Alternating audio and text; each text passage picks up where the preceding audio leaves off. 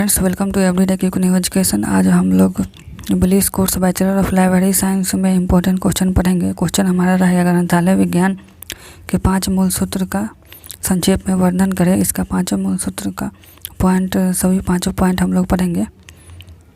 Video अगर अच्छा लगे तो लाइक करें, सब्सक्राइब करें, शेयर करें। जब चैनल को आप लोग सब्सक्राइब करते हैं तो बगल में बेल आइकन का सिंबल दिखाई देगा, उस पर आप लोग क्लिक कर दीजिएगा, जिससे वीडियो का नोटिफिकेशन आप लोगों को मिलता रहेगा। चलिए स्टार्ट करते हैं। ग्रंथालय विज्ञान के 5 मूल सूत्र संक्षेप में वर्णन करें। ग्रंथालय विज्ञान के 5 मूल सूत्रों का वर्णन निम्न रूप से किया गया है। रंगनाथन द्वारा सर्वप्रथम यह सूत्र 1928 में प्रकाशित किया गया, जिन्होंने ग्रंथालय विज्ञान के जगत में एक नई दिशा प्रदान की थी। रंगनाथन के गहन अध्ययन, चिंतनशील, विश्लेषणात्मक मस्तिष्क के फलस्वरूप वाले विज्ञान के 5 सूत्र प्रतिपादित किए गए, जो ग्रंथालय विज्ञान के मूल आधार माने जाते हैं। विश्व के सभी ग्रंथालय इस सूत्र के दार्शनिक महत्व को स्वीकार किया था। ये सूत्र निम्न प्रकार हैं। पहला है ग्रंथ उपयोग के लिए, दूसरा है प्रत्येक पाठक को उसकी पुस्तक मिले, तीसरा है प्रत्येक पुस्तक को उसका पाठक मिले, चौथा है पाठक के समय की बचत हो, पांचवा है ग्रंथालय वर्धनशील संस्था है। इन सूत्रों का प्रकाशन होते ही इनकी सार्थकता सिद्ध करने हेतु अनेक विद्वानों ने ग्रंथों की रचना की तथा अनेक सम्मेलन एवं सेमिनार इस संबंध में उस समय आयोजित किए गए। इन सूत्रों द्वारा रंगनाथन ने प्रत्येक व्यक्ति को ग्रंथालय सेवा उपलब्ध कराना अनिवार्य बना दिया। इन्हीं 5 सूत्रों के आधार पर ग्रंथालय का संगठन, प्रशासन, विस्थापन एवं तकनीक प्रक्रिया किस प्रकार होनी चाहिए निश्चित किया जाता है। डॉक्टर रंगनाथन द्वारा प्रतिपादित इन सूत्रों को अंग्रेजी में 5 लॉ कहा जाता है। 5 लॉ कहा जाता है। लॉ का अर्थ कानून से होता है तथा प्रत्येक कानून का एक अधिकार क्षेत्र होता है जिसमें वह कानून लागू होता है तथा उसका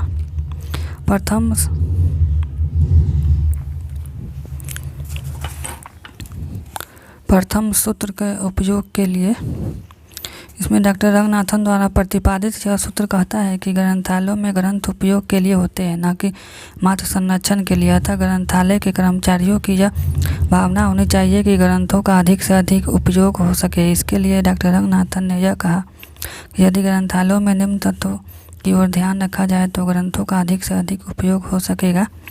पहला तत्व होगा ग्रंथालय की उचित स्थान स्थिति, दूसरा तत्व ग्रंथालय के खुलने और बंद होने का समय, तीसरा होगा सुविधाजनक एवं उपयुक्त फर्नीचर, चौथा है प्रशिक्षित एवं योग्य कर्मचारीगण। द्वितीय सूत्र, प्रत्येक पाठक को उसकी पुस्तक मिले।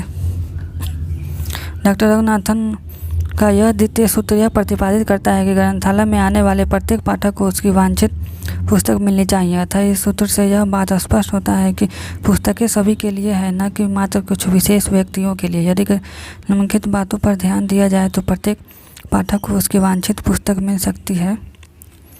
पहला बात पर ध्यान रखेंगे। पहला, सभी प्रकार के पाठकों हेतु पुस्तकें होनी चाहिए। दूसरा, पुरुषों के साथ साथ महिलाओं हेतु भी पुस्तकें होनी चाहिए। तीसरा, शहरी व्यक्तियों के साथ साथ ग्रामीण क्षेत्रों में भी व्यक्तियों के पुस्तकें होनी चाहिए।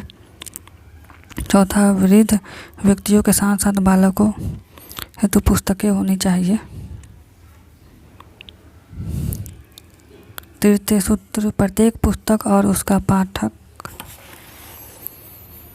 डॉक्टर रंगनाथन का तृतीय सूत्र प्रत्येक पाठक के लिए पाठक खोजने पर बल देता है। निम्न तथ्यों पर यदि ग्रंथालयों में ध्यान दिया जाए तो इन सूत्र का पालन होता है। पहला हम ध्यान देंगे पुस्तकों का चयन पाठकों की अभिरुचि के अनुसार होना चाहिए। दूसरा, मुख्य प्रवेश प्रणाली होनी चाहिए। तीसरा, ग्रंथों का व्यवस्थापन किसी वैज्ञानिक विधि के अनुसार होना चाहिए। चौथा, ग्रंथों की खोज जो है तो पर सूची की व्यवस्था होनी चाहिए। पाँचवा संदर्भ सेवा का प्रावधान होना चाहिए। छठा प्रचार एवं प्रसार कार्य भी समय समय पर होने चाहिए। चतुर्थ सूत्र पाठकों के समय की बचत हो।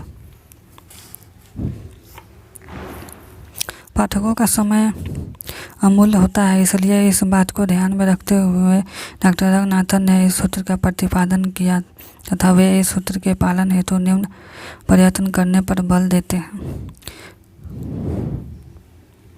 पहला, मुख्य प्रवेश प्रणाली। दूसरा, ग्रंथों का व्यवस्थापन किसी वैज्ञानिक विधि के अनुसार होना चाहिए। तीसरा, ग्रंथों की खोज हेतु सूची की व्यवस्था होनी चाहिए।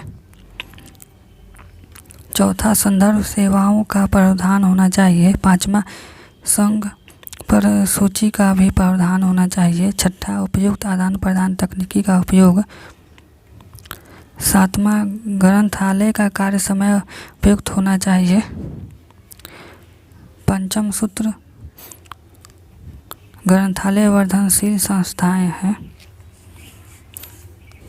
डॉक्टर रंगनाथन द्वारा यह पंचम सूत्र उन सिद्धांतों की विवेचना करता है जिनसे उनके निरंतर समायोजन में सहायता प्राप्त होती है। यह सूत्र उन तत्वों पर प्रकाश डालता है जो ग्रंथालय के सुनियोजन व्यवस्था तथा संगठन से संबंधित होते हैं। डॉक्टर रंगनाथन ने यह विचार दिया कि ग्रंथालय एक वर्धनशील संस्था है जो एक जीवित प्राणी की तरह दो तरह से विकसित होते हैं। ग्रंथालय के आकार, कार्यक्रम आदि पर सभी में वृद्धि होती है।